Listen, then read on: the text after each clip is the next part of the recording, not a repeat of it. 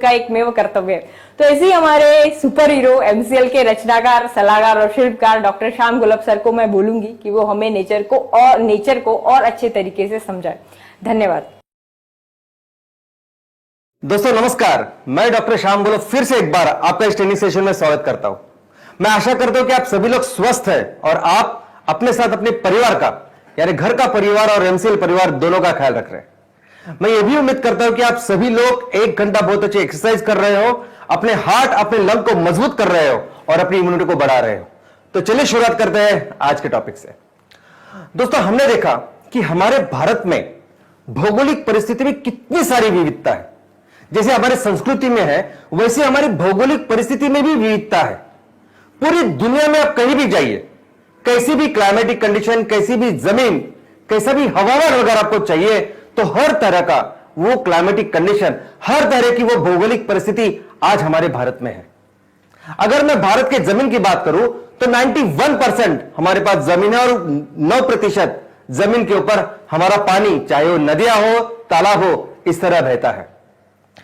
पूरे जमीन की अगर बात करें तो ऑलमोस्ट 30% हमारे इस जमीन के ऊपर है पहाड़, पर्वत।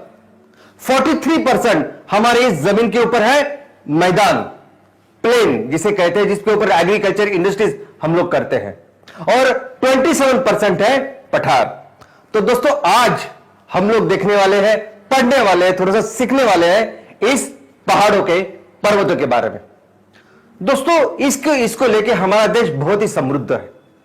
30% एरिया हमारे देश का आज इस पहाड़ या पर्वतों के अंदर है। इस पर्वतों को और पहाड़ों को हम लोग कैसे डिफाइन करते हैं? तो कोई भी जमीन का टुकड़ा अगर थोड़ा सा ऊपर आए तो उसे हम कह सकते हैं पर्वत। लेकिन हम आम बोली भाषा में 2 शब्दों का इस्तेमाल करते हैं, एक तो पहाड़ और दूसरे पर्वत। तो क्या फर्क है दोनों में? तो दोस्तों, वैसे जियोलॉजिकल स्ट्रक्चरली कोई ज्यादा फर्क नहीं है। उनमें सिर्फ फर्क है तो है ऊंचाई का। इनफैक्ट ऐसे दुनिया में कोई ऐसा फिक्स्ड, ऐसा कोई क्लासिफिकेशन नहीं कि किसे पहाड़ बोलना चाहिए और किसे पर्वत। लेकिन आमतौर पर पूरी दुनिया में जो एक्सेप्टेड है वो ये है कि 300 मीटर तक, 1000 फुट तक अगर कोई ऊंचाई है तो उसे हम पहाड़ कहेंगे, और 1000 फुट के ऊपर, 300 मीटर के ऊपर अगर कोई ऊंचाई है तो उसे हम पर्वत कहते हैं। और दूसरा और एक थोड़ा सा छोटा सा डिफरेंस दोनों में यह है कि जो पर्वत होते हैं उनके जो बाजू के साइड्स होते हैं वो बहुत तीव्र होते हैं, स्टीप होते हैं, जहां के पहाड़ियों पर वो जो साइड्स होते हैं वो बहुत ही धीमे होते हैं, आप चल के आसानी से ऊपर जा सकते हैं। दोस्तों, अब ये पहाड़, ये पर्वत कैसे तैयार होते हैं, तो ये समझने के लिए हमें पृथ्वी के अंदर जाना पड़ेगा। जैसे आप देख रहे हैं कि पृथ्वी के अंदर ये 3 अलग अलग लेयर्स है। सबसे ऊपर जो पृथ्वी का लेयर है उसे कहते हैं क्रस्ट, दूसरा जो लेयर है उसे कहते हैं मेंटल, और तीसरा जो अंदर का भाग है उसे कहते हैं कोर। तो इन 3 अलग अलग चीजों से पृथ्वी बनी है। दोस्तों, ये जो क्रस्ट है, ये क्रस्ट यानी पृथ्वी के ऊपर, सरफेस के ऊपर लगभग 100 किलोमीटर तक है। यानी हम देखते हैं कि 71% हमारी इस पृथ्वी के ऊपर पानी है और 29% जमीन है। लेकिन ये पानी, ये जमीन, ये दोनों के बीच में क्रस्ट है। कितना है? 100 किलोमीटर। सबसे ऊंचा पहाड़ कितना है? सबसे ऊंचा पर्वत कितना किलोमीटर है? तो वो है 8.8 किलोमीटर। सबसे गहरा अगर समुद्र कुछ है तो वो है 11 किलोमीटर। लेकिन इन दोनों के बीच में जो बना है, जो पहला बाहर का जो लेयर है पृथ्वी की, उसे कहते हैं क्रस्ट, जो लगभग पूरे दुनिया में, पूरे पृथ्वी के ऊपर 100 किलोमीटर तक है। दूसरा जो मेंटल है, उसकी जो थिकनेस है वो 2800 किलोमीटर है, और नीचे जो कोर जो होता है वो लगभग 3500 किलोमीटर है। दोस्तों, जैसे जैसे हम पृथ्वी के अंदर जाते हैं वैसे वैसे तापमान बहुत बढ़ता है।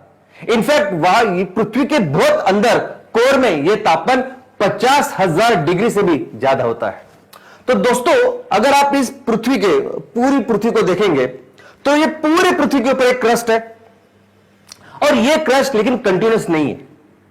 ये जो क्रस्ट है इसके टुकड़े होते हैं, जो टुकड़े एक साथ मिलकर ये पूरे पृथ्वी के ऊपर छा जाते हैं। तो ये दोनों जो टुकड़े हैं, इन टुकड़ों को कहते हैं प्लेटोनिक प्लेट्स, टेक्टोनिक प्लेट्स।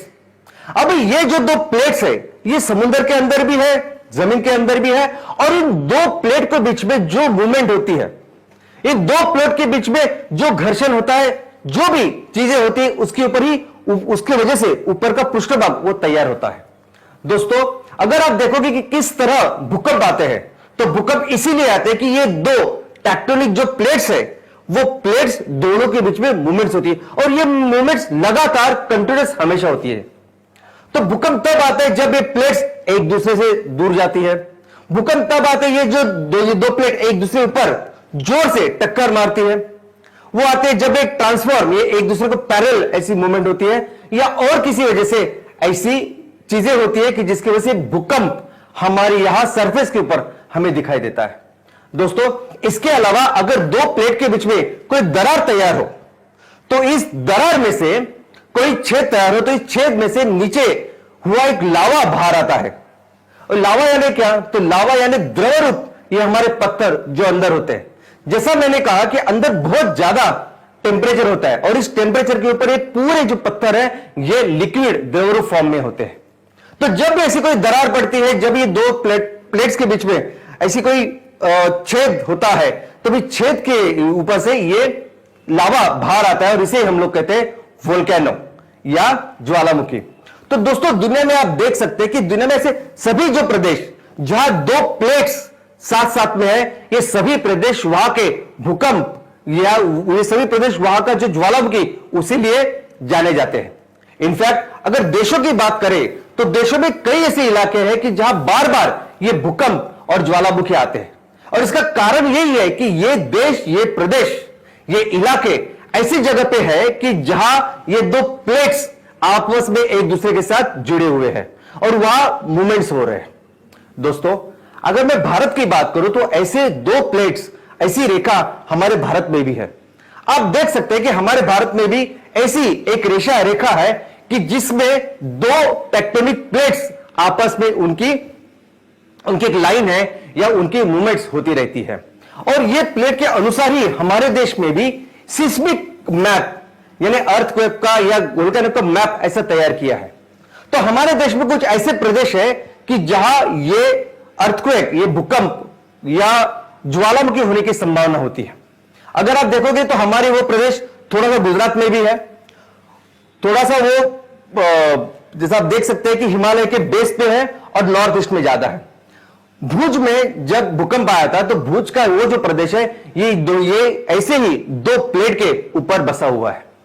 दोस्तों, अभी यही स्थिति है, यही परिस्थिति, और यही वो जानकारी है कि जिसकी वजह से फिर ये पर्वत, ये पहाड़ तैयार होती है। कैसे तैयार होते हैं पहाड़? तो दोस्तों, ये दो प्लेट की वजह से तैयार होते हैं पहाड़।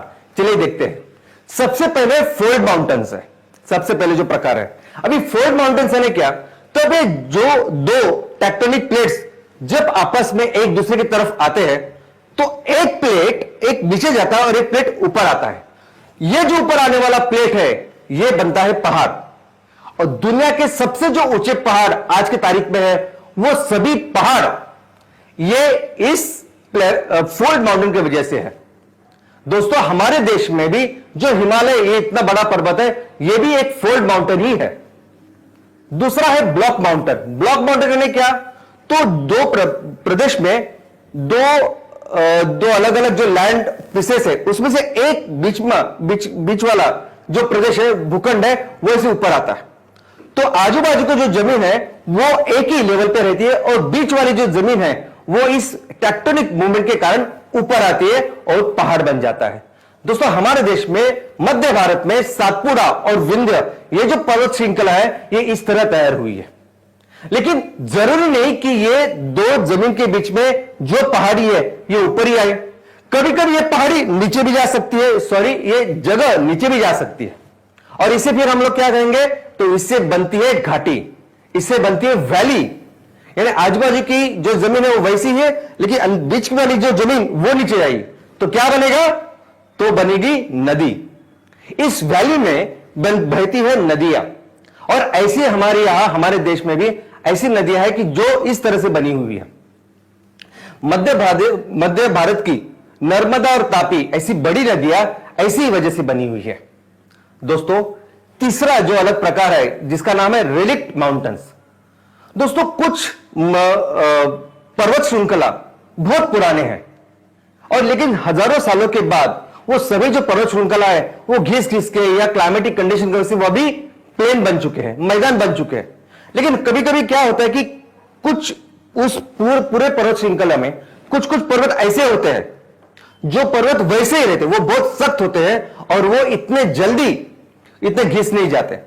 तो ऐसे पर्वत जो स्ट्रांग है इसलिए इतने सालों बाद भी खड़े हैं, ऐसे भी पर्वतों को हम लोग कहते हैं रेलिक्ट पर्वत।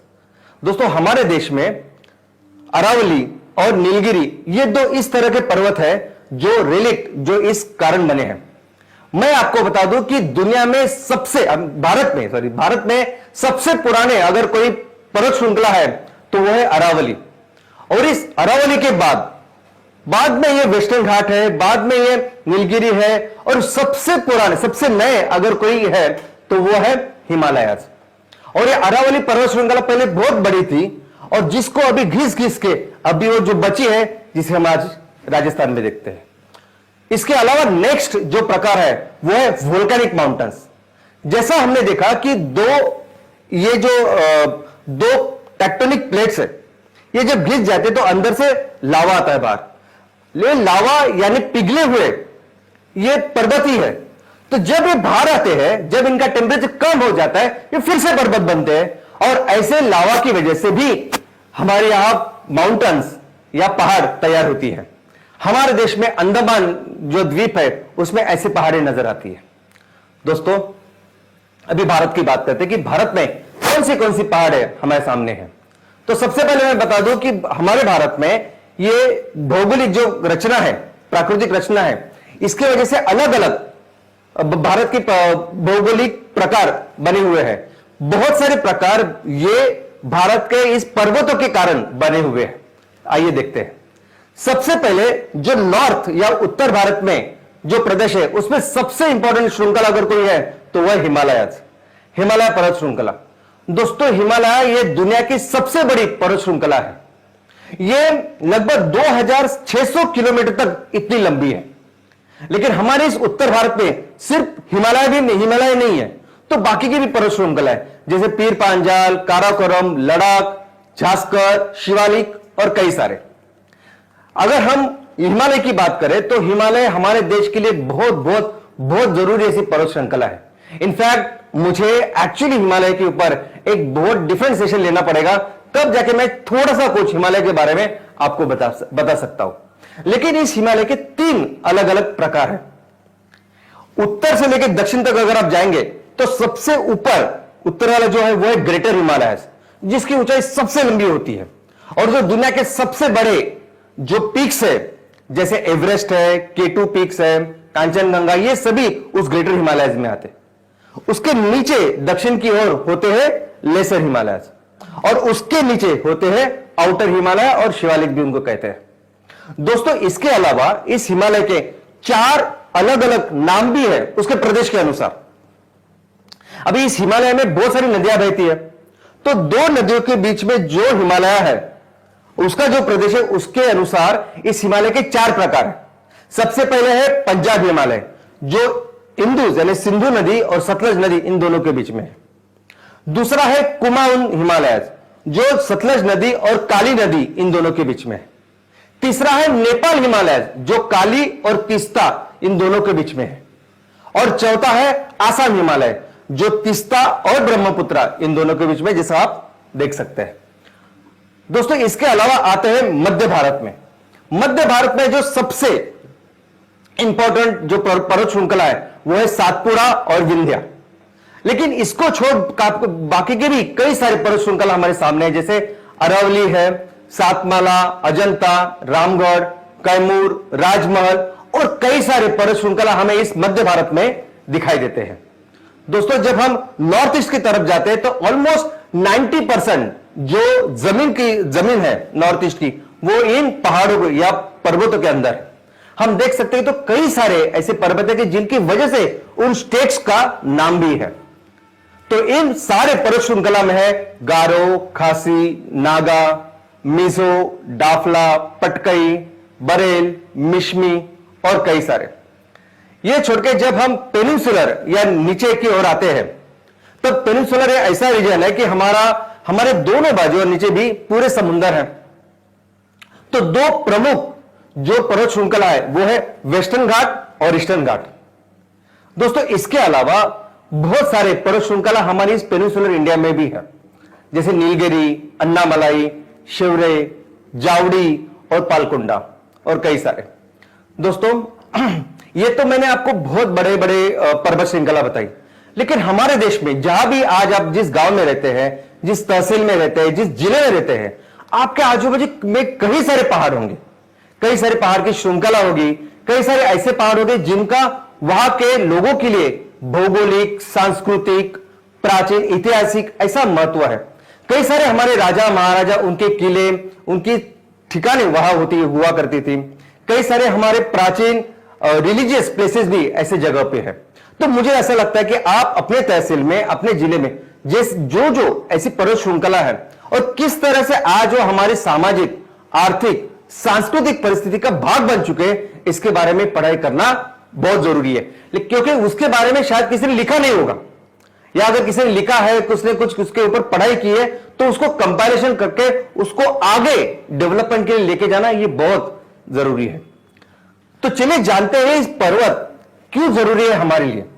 तो सबसे पहले मैं आपको बता दूं कि दुनिया की जितनी भी आबादी है, 15% आबादी इन पर्वतों में रहती है। तो आज अगर 775 करोड़ इतने लोग रहते हैं हमारी दुनिया में, तो लगभग 100 करोड़ लोग आज की तारीख में पर्वतों पे रहते हैं।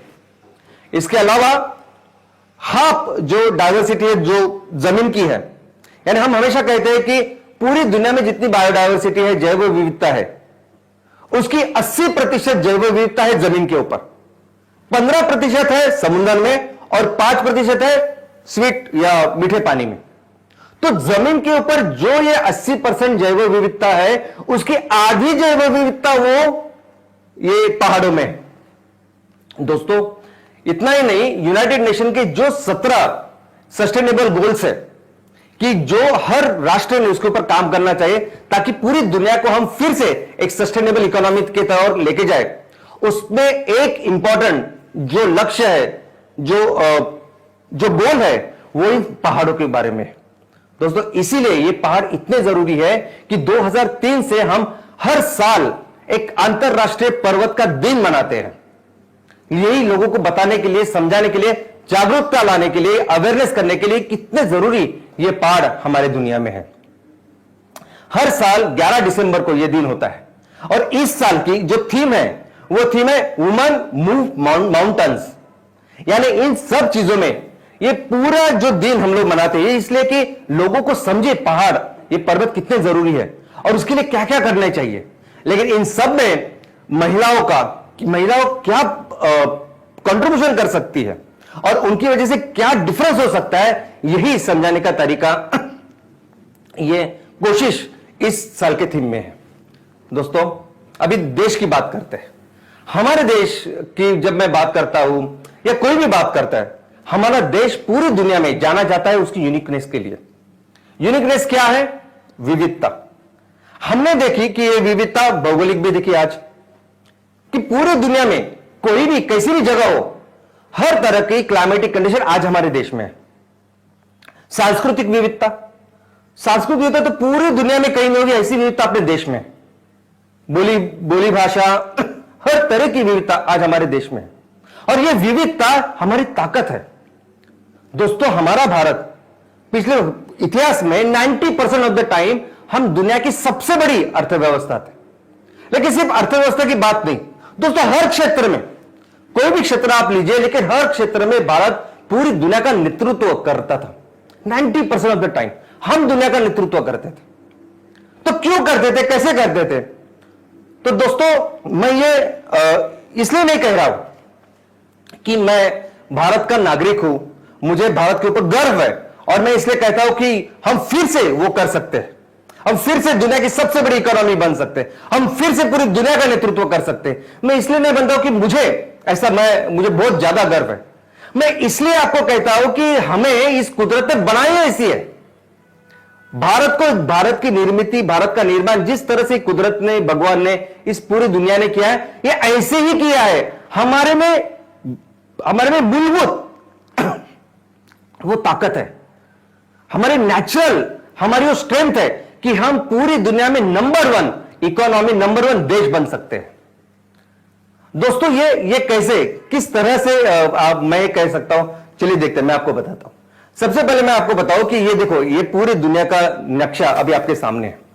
ओके, अभी ये दुनिया का नक्शा में, नक्शे में अगर आप देखेंगे कि जहां भारत है, जिस अक्षांश में भारत है, उस अक्षांश में अगर आप देखोगे तो बाकी के देश देखो आपको। राइट साइड में कौन कौन से देश है? सऊदी अरेबिया है, अफ्रीका के इतने सारे देश है, वहां मेक्सिको और अमेरिका का निचला पार्ट है, और यहां इस साइड देखोगे तो क्या आपको नजर आएगा? चाइना नजर आएगा, और वो सब पार्ट। तो हमारी जो लंबाई है, हमारा जो प्रदेश है, उसी सेम अक्षांश में रहने वाले जो भी देश है, क्या वो उतने ही आबाद है जितने हम लोग हैं? क्या वो लोग जो है, वो लोगों में इतनी अच्छी एग्रोक्लाइमेटिक कंडीशंस है कि लोग अच्छी तरह से वहां रह सकते हैं, ज्यादा से ज्यादा अच्छी खेती हो सकती है? नहीं हो सकती। आप कंपैरिजन करेंगे अगर भारत के किसी भी राष्ट्र के साथ, देश के साथ, तो आप समझेंगे कि इस पूरी एरिया में भारत बहुत बेहतर है। सबसे ज्यादा आबादी, सबसे ज्यादा लोग यही रहते हैं, हजारों सालों से रह रहे हैं। क्यों ऐसे? दोस्तों ये देखिए, चाइना भारत से 3 गुना बड़ा है, 3 गुना। लेकिन इसमें क्या फर्क है तो मैं बताता हूं। तो देखिए, भारत की जो जमीन है वो है 328.7 मिलियन हेक्टर। अगर मिलियन स्क्वायर किलोमीटर में डाले तो 3.28 मिलियन स्क्वायर किलोमीटर ऐसे कहते हैं। अभी चाइना की जमीन कितनी है? तो चाइना की जमीन है 959.5 मिलियन हेक्टर, 3 गुना ज्यादा चाइना की जमीन है। लेकिन अगर जहां मैं खेती की बात करता हूं तो भारत में खेती की जमीन कितनी है? तो 176.5 मिलियन हेक्टर, 176.5 मिलियन हेक्टर, यानी 1765 लाख हेक्टर इतनी है। वही चाइना की जमीन कितनी है? तो चाइना की जमीन है सिर्फ 128 मिलियन हेक्टर। और इतना ही नहीं, हमारे यहां नेचुरली जिसको पानी मिलता है, ऐसी जमीन कितनी है नेचुरली इरिगेटेड? वो है 82.6, और वो भी अपना पोटेंशियल नहीं, हम लोग उससे कई ज्यादा कर सकते हैं। जबकि चाइना का यही नेचुरल जो पोटेंशियल है वो सिर्फ 1.2% है। नेचुरली इरिगेटेड चाइना की लैंड सिर्फ 11.6 मिलियन हेक्टेयर है।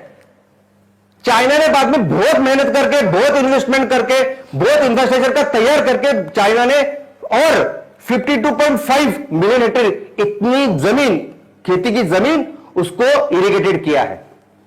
लेकिन फिर भी चाइना की टोटल इरिगेटेड जमीन कितनी है? तो वो है 64.6 मिलियन हेक्टर, और हमारी कितनी है? 82.6, जबकि हम लोग कुछ नहीं कर रहे। चाइना ने 80% जमीन, 80 से 85% जमीन चाइना ने बहुत मेहनत करके इरिगेटेड की है, और हम लोग कुछ ना करके भी चाइना से ज्यादा 82.6 मिलियन हेक्टर इतनी जमीन हमारे पास है। यह है चाइना के साथ कंपैरिजन। ये देखो, ये अमेरिका आज की तारीख में दुनिया की सबसे बड़ी इकोनॉमी है, नंबर 1 है। अगर क्षेत्र देखोगे आप तो भारत का क्षेत्र कितना है? उतना ही है, 328.7 मिलियन हेक्टर है। और अमेरिका का कितना है? अमेरिका का 3 गुना से ज्यादा है, 983.4 मिलियन हेक्टर है। यानी हम जितने बड़े उससे 3 गुना बड़ा अमेरिका है। लेकिन जब खेती की जमीन आती है तो खेती की जमीन कितनी है?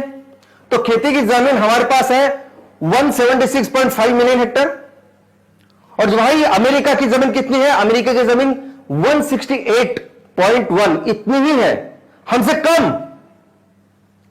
लेकिन सिर्फ इतना ही नहीं, हमारी जमीन जिसको पानी अवेलेबल है, जो इरिगेटेड है, वो 82.6 मिलियन हेक्टर है।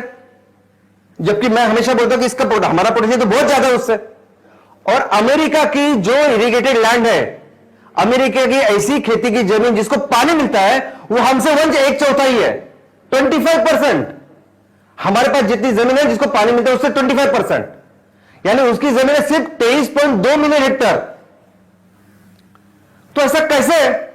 हमारा इतना छोटा देश इतने बड़े देशों के साथ जब मैं तुलना करता हूं, बाकी के देशों के साथ तो मैं तुलना ही नहीं करता, तो इनके साथ भी इतना आगे कैसा है, कैसे नेचुरली दुनिया को इस कुदरत ने अपने देश को बनाया है, किस तरह से बनाया कि मैं जब हमेशा बोलता हूं कि एक जैसे सचिन तेंदुलकर है, सचिन तेंदुलकर को उसको वो क्रिकेट का जो कुछ है वो नेशनल टैलेंट है, नेशनल स्ट्रेंथ है उसकी, इसलिए नंबर 1 बैट्समैन है।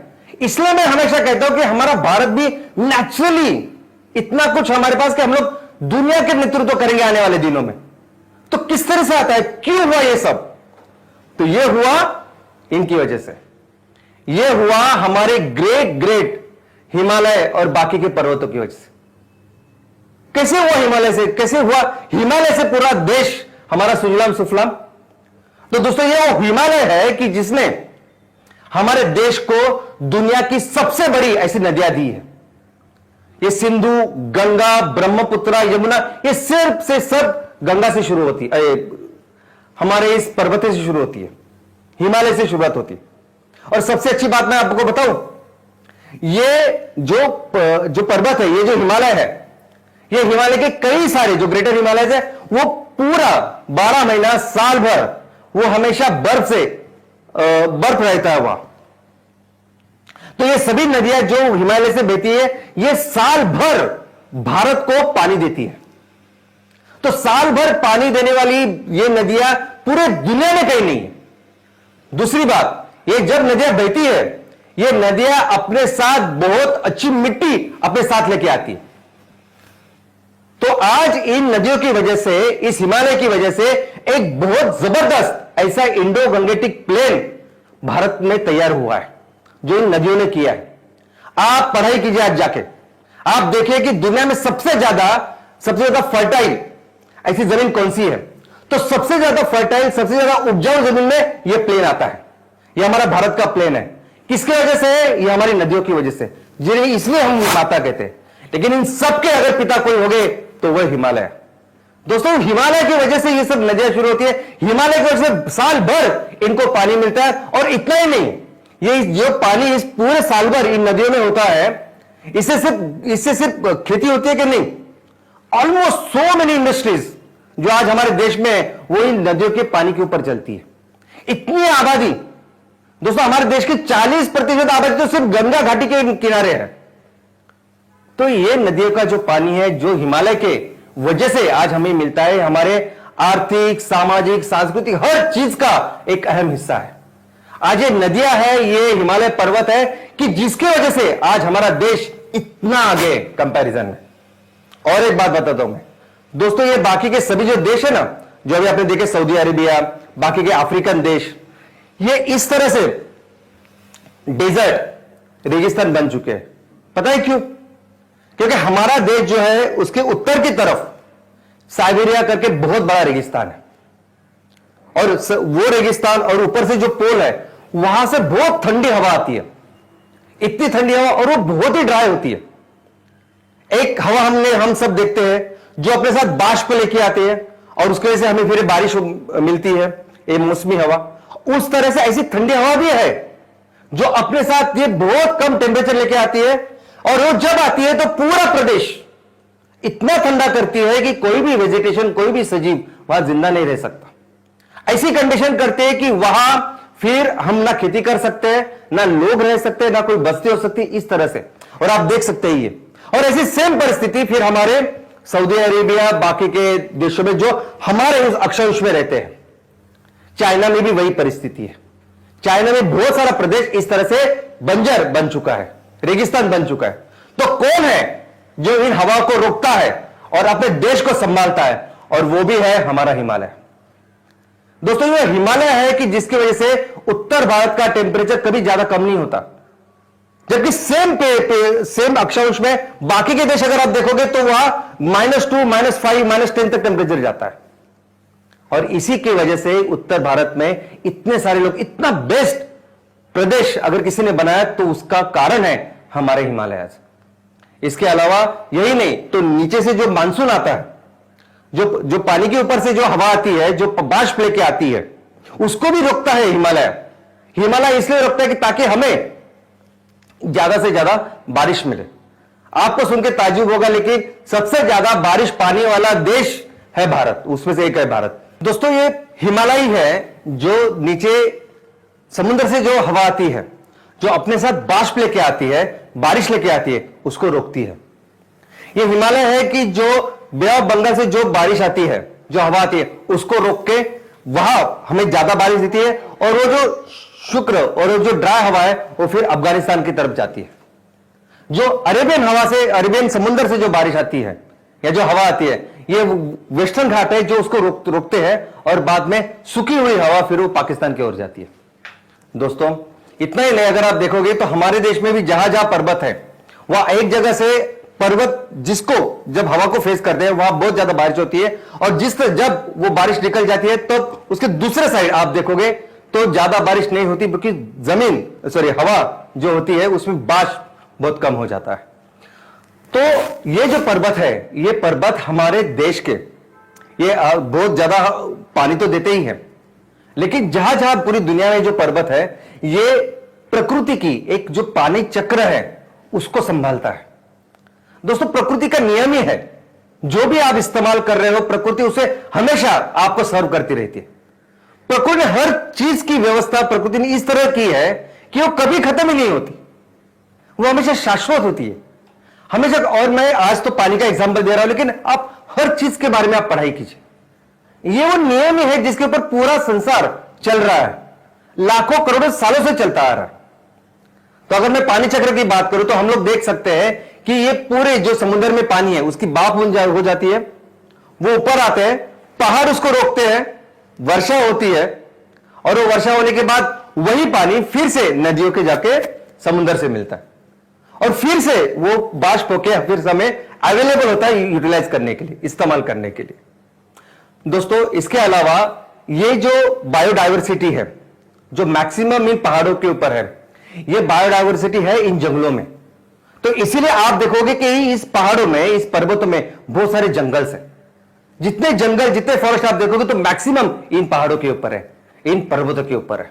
और हर तरह के सजीव, चाहे वो वनस्पति हो चाहे वो प्राणी हो, आपको नजर आएंगे इन जंगलों में। इसके अलावा अगर मैं अपने देश की बात करूं, अपने भारत की बात करूं, तो भारत में पूरे दुनिया में जो सबसे ज्यादा बायोडायवर्सिटी वाले जो स्पॉट्स है ना, वो भारत में है। 34 जो इंपॉर्टेंट स्पॉट्स है, उसमें से 4 स्पॉट भारत में, और उसमें से सबसे महत्वपूर्ण कोई है तो ये वेस्टर्न घाट है। दोस्तों, वेस्टर्न घाट जो गुजरात से लेके महाराष्ट्र, गोवा, केरल, कर्नाटक, इसमें सब में जाता है। इसमें ऐसी कुछ चीजें हैं जो पूरी दुनिया से ऑलमोस्ट विलुप्त हो चुकी है, लेकिन आज वेस्टर्न घाट में पाई जाती है। इसके अलावा अगर हिमालय की बात करोगे तो हिमालय में 25% बायोडायवर्सिटी है, जो पूरे भारत में जितनी है उसकी 25% हिमालय में है। अगर मैं 4 वो स्पॉट्स की बात करूं तो वो 4 स्पॉट्स कौन से, तो हिमालय, वेस्टर्न घाट, नॉर्दर्न ईस्ट जो पूरा इलाका है वो, और हमारे लक्षद्वीप। दुनिया में सबसे जरूरी ऐसे बायोडायवर्सिटी स्पॉट्स है ये 4। दोस्तों, इसके अलावा ये जो पहाड़ है, ये हमें हमारी जो बेसिक एग्रीकल्चर है उसमें भी बहुत मदद करते हैं। कितने सारी ऐसी एग्रीकल्चर की चीजें जो हम पहाड़ पे करते हैं।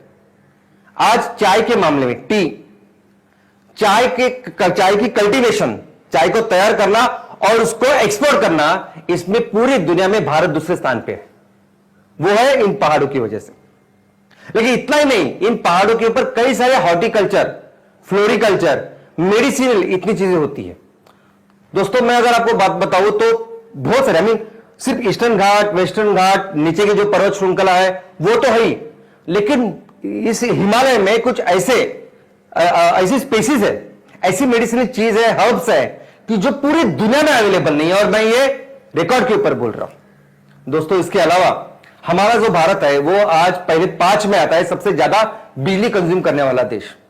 सबसे ज्यादा बिजली हमारे देश को लगता है क्योंकि आबादी इतनी है। अब इस बिजली में 13% जो बिजली है वो आती है हाइड्रो इलेक्ट्रिक पावर से। अभी हाइड्रो इलेक्ट्रिक पावर है क्या, तो पहाड़ की ऊंचाई से जब पानी नीचे गिरता है तो वो जो फोर्स होता है, वो जो उसके पानी में छुपी हुई ऊर्जा होती है, उस ऊर्जा से हम लोग टरबाइन घुमाते हैं और वही ऊर्जा हम लोग इस्तेमाल करते हैं। हमारे देश में 25% ऊर्जा जो है वो रिन्यूएबल है और उस 25% में आधे से ज्यादा आती है हाइड्रो इलेक्ट्रिक से, पहाड़ों से। इसके अलावा इस पहाड़ में कई सारे मिनरल्स हैं, अमूल्य मिनरल्स हैं। कुछ ऐसे है कि शायद आपने उसका नाम भी नहीं सुना होगा। ये जो मैं आपको दिखा रहा हूं ये क्वार्ट्ज है। जो हीरा होता है ना, हीरा की तुलना में इतना सुंदर ये ऐसा मिनरल पाया जाता है दोस्तों। और कंस्ट्रक्शन मटेरियल, ये तो हुआ मेजर मिनरल्स। माइनर मिनरल्स में जिसमें कंस्ट्रक्शन मटेरियल है, मैक्सिमम तो पहाड़ों से तो आता है। इसके अलावा टूरिज्म एक बहुत बड़ी इंडस्ट्री पूरी तरह से पहाड़ों के ऊपर डेवलप है। आई मीन डिपेंड है, ऐसा मैं कह सकता हूं। जितने भी टूरिस्ट स्पॉट है, आप थोड़ा उसकी पूरी लिस्ट निकालेंगे तो आपको पता चलेगा मैक्सिमम स्पॉट्स ये पहाड़ों की जगह पे है। तो आज हमारे देश में बहुत बड़ी जो टूरिज्म है वो इस पहाड़ों के ऊपर डिपेंडेंट है। इसके अलावा हिस्टोरिकल इंपॉर्टेंस, यानी ये इन पहाड़ों ने कई सारे राज्य का निर्माण किया है। ये पहाड़ हमारे एक संस्कृति का, हमारे इतिहास का कितनी सारी चीजों का गवाह है। और यही नहीं, मैं तो हमेशा कहता हूं कि बहुत सारी चीजें हम लोग वो पढ़ते हैं जो बहुत ग्रॉस होते हैं। कभी जाइए अपने गांव में जाइए, कभी अपने तहसील में जाइए, अपने तहसील में, अपने गांव में, अपने जिले में जो पहाड़ है उनके बारे में थोड़ा सा पढ़ाई कीजिए तो आपको पता चलेगा कितने अहम है ये हमारी पूरी संस्कृति में। पूरा जो हमारा इकोसिस्टम है, ये पूरा पर्यावरण है, ये पूरा इतने हजारों लाखों सालों से ये धरती माँ ने तैयार किया है, इसका बहुत बहुत बहुत अहम हिस्सा है ये पहाड़, ये पर्वत। अभी इस पर्वत को बहुत सारे आज ये प्रॉब्लम्स भी है, संकट में भी है ये पर्वत।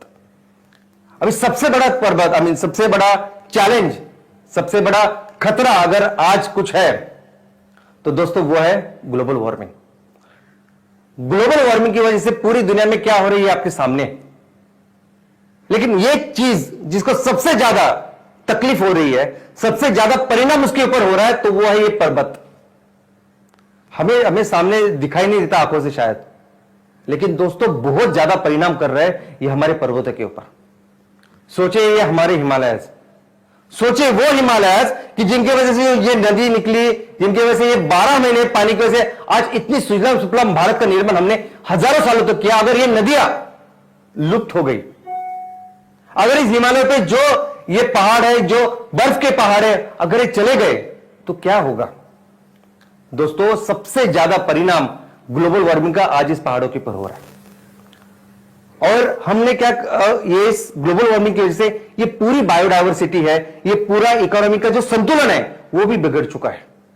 और इसकी वजह से बहुत सारे परिणाम होते हैं, लेकिन एक परिणाम मैं आपको बताना चाहता हूं, वो ये है दोस्तों, ये जो आबादी है, ये जो लोग हैं, ये हजारों सालों से आज इस पर्वतों के ऊपर, इस पहाड़ों के ऊपर रहते आए हैं।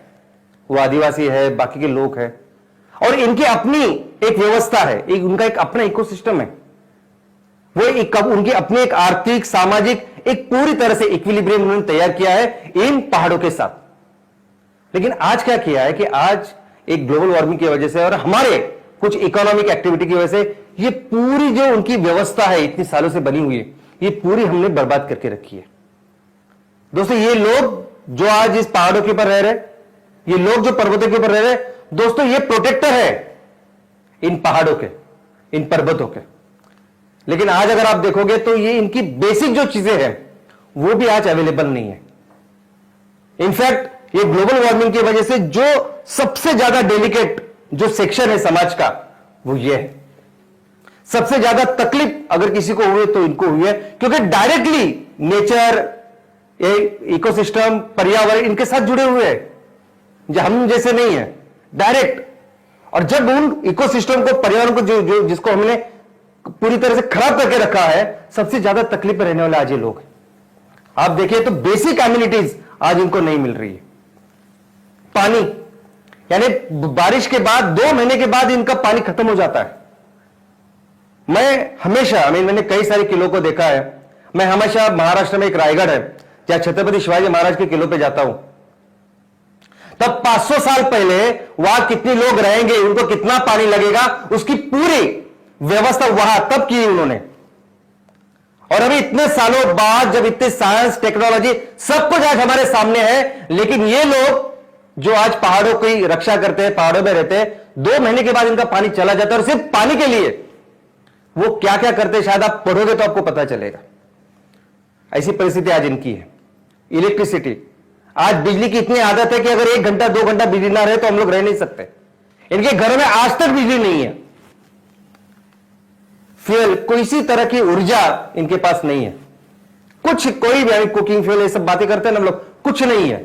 100% डिपेंडेंट है वो आज भी इस हमारे जंगल पे, वो जो पहाड़ के ऊपर जो पेड़ होते हैं उनके ऊपर। क्या क्या करते हैं कि क्या उनका ऑक्यूपेशन है? तो एग्रीकल्चर। एग्रीकल्चर हमारा सबका बेसिक है, लेकिन इस एग्रीकल्चर में भी जिस तरह का एग्रीकल्चर ये कर रहे हैं वो बहुत ही पारंपरिक, बहुत ही पुराना है, जिसे कहते हैं शिफ्टिंग कल्टीवेशन, झूम कल्टीवेशन। ये लोग जो पहाड़ पे रहते हैं वो कैसे करते हैं मैं आपको बताता हूं। यानी वो जहां खेती करनी हो वो पूरे उस इलाके को साफ करते हैं, वहां खेती करते 2-3 साल, और 2-3 साल के बाद वो खेती करने के बाद वो वहां से निकल जाते हैं, दूसरी जगह जाते हैं, फिर से वो पेड़ों को साफ करते हैं, काटते हैं और फिर से वहां खेती करते हैं। और ये मैक्सिमम जो खेती है ना जो कर रहे हैं वो सिर्फ खुद के खाने के लिए करते हैं, बेचने के लिए और नहीं। आप कभी जाएंगे तो आपको पता चलेगा। तो इस तरह के कंडीशन में वो आज है। आज ऐसी कंडीशन है कि ये जो लोग हैं, इनके लोगों को ना एम्प्लॉयमेंट है, ना कुछ कमाने का कोई साधन है, ना रोजी रोटी का कोई साधन है। ऐसी कंडीशन में ये लोग आज रह रहे हैं और इसी का फायदा उठाते कोई लोग, जो समाज के दुश्मन, ऐसे लोग जो फिर इनके लोगों के थ्रू फिर चोरी करते हैं, इन लोगों के थ्रू स्मगलिंग करते हैं। क्योंकि ये पहाड़, ये पर्वत बहुत रीच है मिनरल्स में, जैसे हमने देखा स्पीसीज में। और यहां एक्चुअली कोई भी चीज अगर आपको चाहिए होगी इन जंगलों में, इन पहाड़ों पे, तो ये जो लोग जो रहते हैं वहां वही कर सकते हैं। आप नहीं कर सकते, आप मैं नहीं कर सकता, और कोई भी दूसरा बाहर का आदमी भी नहीं कर सकता। तो इनका ही फायदा लेके, इनका मजबूरी का फायदा उठा के आज वो ऐसी सब चीजें कर रहे हैं। दोस्तों, इलीगल एक्टिविटीज कितनी होती है। जब जमीन चाहिए होती है, जमीन किसी शहर के बाजू में होती है या किसी औद्योगिक जो परिसर होता है उसके बाजू में होती है, तो आप देखोगे आप एकदम अचानक से उसकी आग बढ़ती है, ज्यादा आग लगती है, अचानक से कोई ऐसी बीमारी आती है कि जिस बीमारी की वजह से पूरे आजू बाजू के पेड़ है वो खराब हो जाते हैं, मर जाते हैं। ऐसे इलीगल काम लोग करते हैं। माइनिंग के बारे में तो मैं क्या बताऊं। यानी लोग, ये आदमी को, मनुष्य को सिर्फ पता चले कि मुझे अंदर कुछ तो मिल रहा है और उससे मुझे 2 पैसे मिलेंगे, तो ये पूरी जिंदगी, ये पूरा बर्बाद कर देगा, उसको बाहर निकालेगा और बेचेगा। और ऐसे बहुत काम आज की तारीख में हम इन पहाड़ों के साथ, पर्वतों के साथ कर रहे हैं। कंस्ट्रक्शन, ये इतने भी शहर है हमारे आजू बाजू है, उतने लोगों के रहने के लिए कंस्ट्रक्शन मटेरियल लगता है, घरें लगती है। तो जो भी कंस्ट्रक्शन मटेरियल लगता है ना, वो आजू बाजू के पहाड़ों से आता है। ये मुंबई, दिल्ली, बैंगलोर, कलकत्ता, ये जो बड़े शहर है, और इससे जो दूसरी शहर है, आप देखेंगे कि शहरों को लग के अगर कोई पहाड़ है तो कितने सारे पहाड़ आज की तारीख में साफ हो चुके हैं, क्योंकि आदमी, मनुष्य उसको काट के अपने घर तैयार कर रहा है। वुड, आज भी 85% जो जंगल से जो लकड़ी काटते हैं वो टिम्बर यानी फर्नीचर और इस कागज के लिए, यानी खुद के इस कारण के औद्योगिक विकास के अंदर हम लोग इतनी बड़ी कुर्बानी कर रहे हैं। यहां तक कि शहरों में भी जितने जितने पहाड़ है उसको पूरी तरह से इस तरह से हमने गंदा करके रखा है। दोस्तों, पहाड़ के बहुत सारे इंपॉर्टेंट रिसोर्सेस है, बहुत कुछ अच्छा कर सकते हैं, लेकिन इसका इस तरह का उपयोग करते हैं हम लोग। एक अच्छा रिसोर्स का गलत उपयोग कर रहे हैं हम लोग इसके। और इसी की वजह से जब आप इतने पेड़ काट रहे हैं, पेड़ काट रहे हैं और पहाड़ों को काट रहे हैं, पर्वतों को काट रहे हैं, इसी की वजह से हो रही है लैंडस्लाइड्स ना। कितनी ज्यादा हो रही है लैंडस्लाइड पिछले 5 सालों में, 10 सालों में अगर आप देखो तो बहुत बढ़ चुके। तो अगर इसमें कोई पर्वत गिरते तो उसे कहते हैं लैंडस्लाइड, और अगर बर्फीले पहाड़ है और बर्फ गिरती है तो उसे कहते हैं एवलांच। दोस्तों, और इसकी वजह से पूरा सिस्टम, जो ऐसा सिस्टम, गवर्नमेंट का सिस्टम जो जिसने विकास काम करने चाहिए, वो सब ऐसे कामों में फिर जुट जाता है और हमारी इंपॉर्टेंट रिसोर्सेज वो उसमें चले जाते हैं। दोस्तों, टूरिज्म, ठीक है, टूरिज्म की वजह से, इस पर्यटन की वजह से इकोनॉमिक थोड़ी सी बेहतर हुई है वो उन इलाकों की, शहरों की। लेकिन कचरा, आज हिमालय में कितना प्लास्टिक हुआ है, कितना कचरा हुआ है, और सिर्फ हिमालय नहीं, कहीं भी जाइए आप, जहां जहां टूरिज्म बढ़ा है वहां मनुष्य ने वहां इतना सारा कचरा किया है। एक बहुत बड़ी समस्या आज इस कचरे की वजह से है, और इस कचरे की वजह से क्या होता है एनवायरनमेंट में, ये फिर से बताने की मुझे शायद जरूरत नहीं आपको। और इस पूरी चीजों की वजह से ये पूरा पर्यावरण का संतुलन है, इसको बर्बाद करके रखा हमने। तो क्या सोल्यूशन है दोस्तों, क्या करना चाहिए? तो मैं एक बात बताता हूं आपको कि जब से हम लोग आजाद हुए हैं, ये आजादी के बाद से चाहे वो केंद्र सरकार हो, बाकी के राज्य सरकार हो, सभी सरकारें इन पहाड़ी इलाकों के लिए कुछ ना कुछ कर रहे हैं। कोई स्कीम होती है, कोई योजना होती है, क्योंकि ये बहुत इंपॉर्टेंट है, ये तो सभी जानते हैं। इनफैक्ट वन ऑफ द सबसे ज्यादा ट्राइबल्स आदिवासी हमारे एरिया भारत में है। एक हमारी परंपरा है, संस्कृति है, कल्चर है। तो तब से कुछ ना कुछ योजना है। अभी ये आपने देखा हिल एरिया डेवलपमेंट प्रोग्राम कितने सालों से चलता आ रहा है, 1974-78 से ये अभी तक चालू है। अभी कुछ 4 साल के पहले ये सिक्योर हिमालय प्रोजेक्ट ये शुरू हुआ है। 4 राज्यों में ये प्रोजेक्ट चल रहा है कि हिमालय के काम करें। उसके अलावा वेस्टर्न घाट डेवलपमेंट प्रोग्राम करके एक प्रोग्राम है, वो भी बहुत बड़ा ambitious with world bank, United nation सबसे जुड़ा हुआ एक कार्यक्रम है। उसके अलावा कितने सारे मेरे पास शायद इतना समय नहीं है कि मैं आपको हर योजना के बारे में बताऊं, हर स्कीम के बारे में बताऊं, हर उस चीज के बारे में बताऊं जो इस पहाड़ों के लिए, पर्वतों के लिए कई सारे सरकारें कर रही है। लेकिन दोस्तों इतना ही नहीं कि सिर्फ सरकारें कर रही है, कई सारे प्राइवेट मूवमेंट्स, कई सारे लोगों के आंदोलन इसके लिए चले।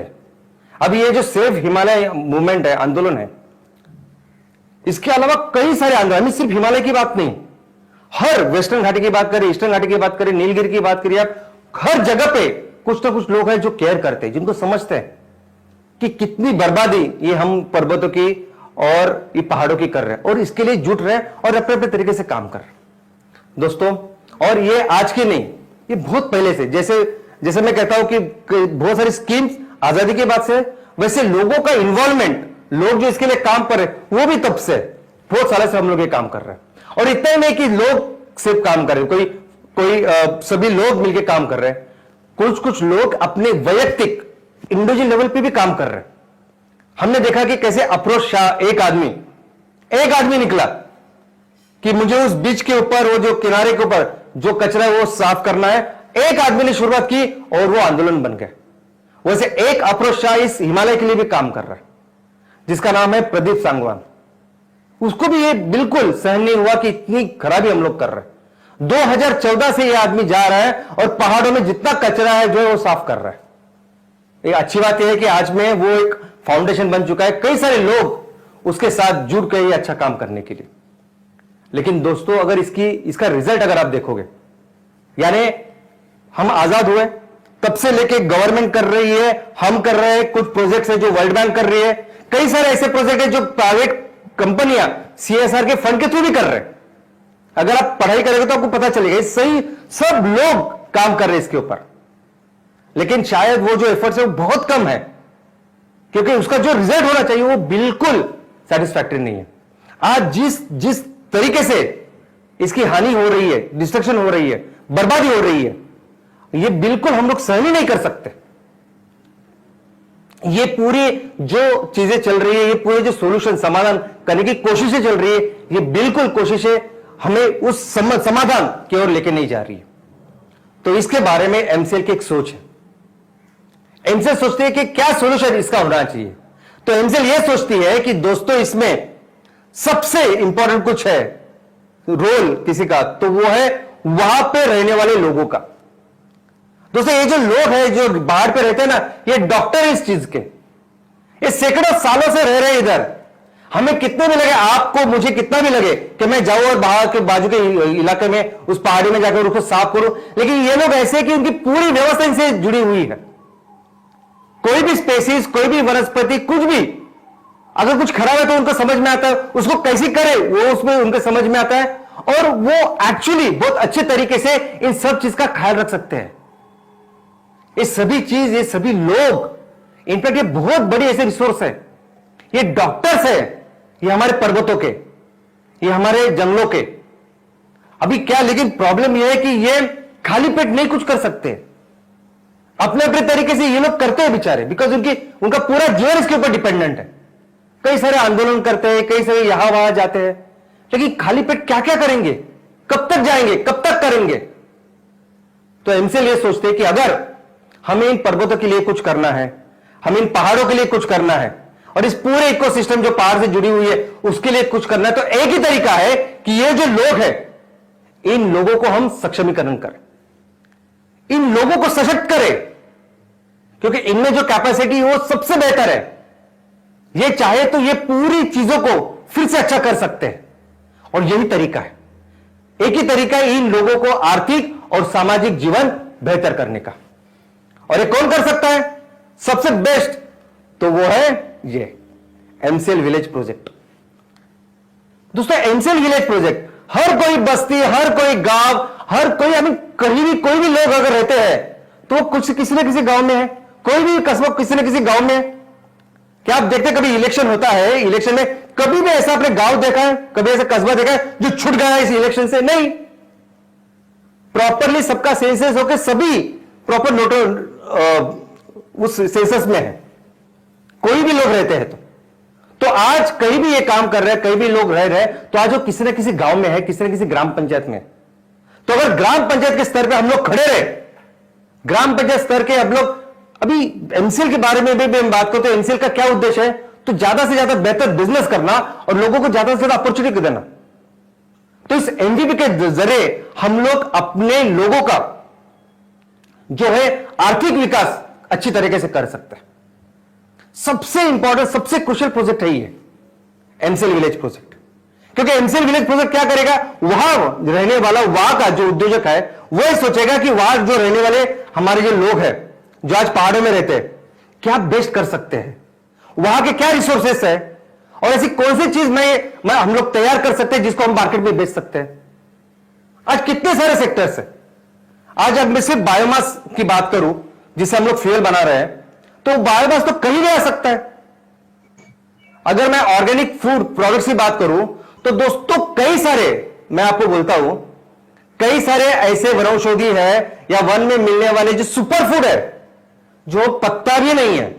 अगर केमिकल, अगर आप लैब में जाओगे और उसकी टेस्टिंग करोगे ना, तो बहुत सुपर फूड है वो, कोई जरूरत नहीं वो केमिकल्स की टैबलेट्स लेने की, लेकिन नहीं सिस्टमैटिकली करता ना कोई। तो अगर हम वहां खड़े रहे ग्राम पंचायत में और बोले कि ये चीजों को हम लोग इस तरह से करके लोगों को एक अच्छा सोल्यूशन दे सकते हैं केमिकल फ्री, तो एक बहुत बेहतर चीज हम लोगों को दे सकते हैं। और तीसरा है एमसीएल इको फ्रेंडली प्रोडक्ट्स। कई सारे ऐसी चीजें हैं जो हम लोग बना सकते हैं और इस पेट्रोकेमिकल की चीजों को हम लोग रिप्लेस कर सकते हैं। अभी कुछ चीजें तो ऐसी है कि जिसमें ये पहाड़ पे रहने वाले लोग खुद ज्यादा सक्षम है, ट्रेंड है अच्छी तरह से। उसमें एक अच्छी चीज है वो पशुपालन। बहुत सारे लोग कितने दिन से पशुपालन कर रहे हैं, तो पशुपालन की भी अगर हम बात करें तो कौन सी पशुपालन कर सकते हैं, क्या कर सकते हैं कि इनका जो प्रोडक्ट है वो हम लोग 100% लेके बेहतर उसको बेच सकते हैं, अच्छे पैसे हम लोगों को दे सकते हैं। इन पहाड़ों के ऊपर बांबू हो सकता है, और कितने सारे हॉर्टिकल्चर प्रोडक्ट्स है, कितने सारे मेडिसिनल प्रोडक्ट्स है, ऐसे कॉस्मेटिक प्रोडक्ट्स है। तो ये सब चीजें लेके कौन सी ऐसी चीजें हैं जो मार्केट में हम लोग बेच सकते हैं और एक अच्छा इनकम इनको दे सकते हैं। ये काम कर सकती है एमवीपी दोस्तों। और इसके अलावा सब ये जो समाज है, ये जो कम्युनिटी है, इसका रोल भी बहुत इंपॉर्टेंट है, क्योंकि कई सारे सवाल, कई सारे चैलेंजेस ऐसे हैं कि जो बिना लोगों के पार्टिसिपेशन के होंगे ही नहीं।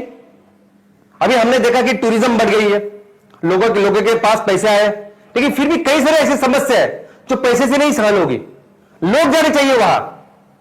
ये जो कचरा है, ये जो प्रदूषण, ये सब हो रहा है, लोग जब तक नहीं जाएंगे तब तक ये नहीं बंद होगा। लोग जब तक नहीं जाएंगे तब तक नहीं ये पूरी जो हम लोग पेड़ काट रहे हैं, डिफोरेस्टेशन हो रहा है, ये नहीं बंद होगा। और इसीलिए जरूरी है एमपीओ, इसलिए जरूरी है एमसीएल प्रोड्यूसर ऑर्गेनाइजेशन, एक कम्युनिटी बनाना जो कम्युनिटी अपने इस पहाड़ों के लिए, लोगों के लिए खड़ी हो। और दोस्तों, जहां तक ग्लोबल वार्मिंग की बात है, अरे ग्लोबल वार्मिंग के लिए ही तो एमसीएल का जन्म हुआ है। एमसीएल की शुरुआत ही हुई है इसलिए कि हमें दुनिया को इस ग्लोबल वार्मिंग से बचाना है। और एमसीएल ऐसी कोई दूसरी कंपनी नहीं कि जिसने पहले सेक्टर सोचा कि इस सेक्टर में फिर हम लोग बिजनेस करेंगे, धंधा करें, ऐसा नहीं। एमसीएल का मकसद यह है कि पूरी दुनिया को ग्लोबल वार्मिंग से बचाना, और इसके लिए जो भी चेक करना पड़े, जो भी करना है, जो भी बिजनेस है, जो कुछ है, वो हम लोग करेंगे। तो ग्लोबल वार्मिंग हमारा सबसे इंपॉर्टेंट ऐसा ध्येय है, और इसके लिए मुझे पता है कि जिस तरह से अभी हम लोग काम कर रहे हैं, बहुत जल्दी हम पूरी दुनिया को इस ग्लोबल वार्मिंग से बचाएंगे। दोस्तों, और जहां तक इस पर्वतों की बात है, तो आपने देखा कि इस पर्वतों ने किस तरह से हजारों सालों से हमें समृद्ध किया है। ये जो सुजलाम सुफलाम भारत की हम लोग बात कर रहे हैं, उसके सबसे अगर कोई शिल्पकार है तो सच में ये पर्वत है। और अगर हजारों सालों तक उन्होंने हमें पाला है, हमें इतना बड़ा अच्छा जीवन दिया है, तो मुझे लगता है कि आज ऐसे समय में जब उनके ऊपर कोई संकट है, तो हमारा फर्ज बनता है कि हम लोग मिले और मिलके हमारे पहाड़ों का, हमारे पर्वत के लिए काम करें। Thank you.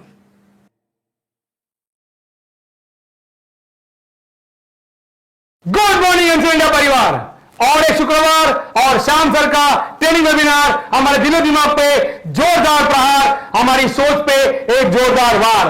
यस, आज शाम सर ने याद दिया हमें कि नदियां हमारे अगर माता है तो ये पर्वत हमारे पिता है। इन्हीं पहाड़ों में जिंदगी बसती है, पनपती है, और हम अकेले ही इस पर्वतों की, पहाड़ों की संवर्धन करने के लिए हमें उसकी शुरुआत अपने से शुरुआत करनी है। अगर श्याम सर ने आज बड़े बड़े पहाड़ों की बात की, तो बच्चों ने बतलाया है कि छोटी छोटी चिटियां भी हमारे पर्यावरण का बहुत बड़ा हिस्सा है।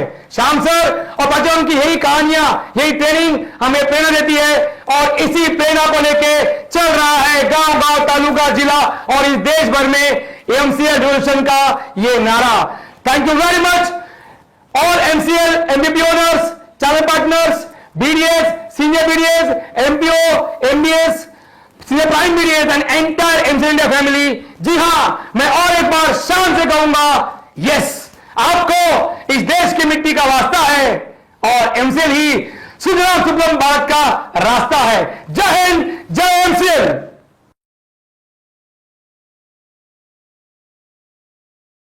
Thank you very much doctor Shyam sir, and thank you very much Prachi madam.